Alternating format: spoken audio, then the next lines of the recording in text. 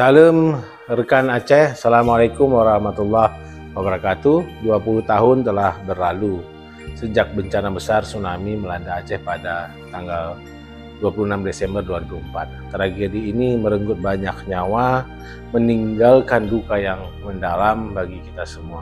Namun di balik kesedihan itu, kita menemukan kekuatan, kebersamaan, dan semangat membangun kembali kehidupan yang telah runtuh. Mari kita hadir insya Allah bersama-sama dalam malam renungan 2 dekade tsunami Aceh yang akan kita selenggarakan pada tanggal 20 Desember 2024 di Masjid Rahmatullah Lampu Aceh Besar. Ini adalah momen untuk mengenang mereka yang telah tiada, mendoakan mereka dan merefleksikan perjalanan panjang kita menuju kebangkitan. Kehadiran kita akan menjadi simbol kekuatan dan solidaritas, sebab kita percaya bersama Aceh akan terus maju dan teguh menghadapi segala tantangan. Wabillahi taufiq wal hidayah. Wassalamualaikum warahmatullahi wabarakatuh.